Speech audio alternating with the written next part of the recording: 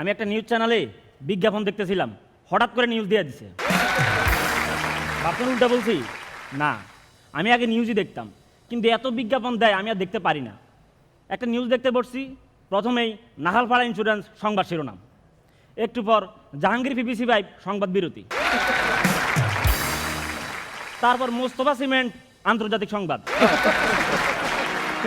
Shah Alam rod খেলার সংবাদ, খেলার আগে বিজ্ঞাপন পরে পরে, খবরের আগে বিজ্ঞাপন পরে বিজ্ঞাপন, মাঝখানে বিজ্ঞাপন, বিজ্ঞাপন বিরতির পর বিজ্ঞাপন, 10 মিনিট ধরে বিজ্ঞাপন দিয়েছে। তারপর উপস্থাপক আসছে, এসে বলতেছে আপনারা দেখছেন রাত 8টার সংবাদ। তারপর আরেকটা বিজ্ঞাপন, দেলোয়ার ওয়ার্ড্রপ, গুছিয়ে দেয় আপনার কাপড়।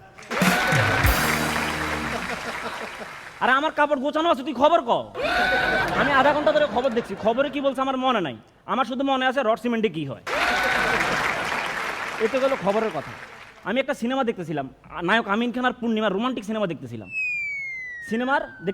টিভির এই কোনায় চ্যানেলের লোগো, এই কোন একটা বিজ্ঞাপনের বক্স, বিজ্ঞাপন চেঞ্জ হচ্ছে। নিচের ডান কোন একটা বিজ্ঞাপনের বক্স, বিজ্ঞাপন চেঞ্জ হচ্ছে।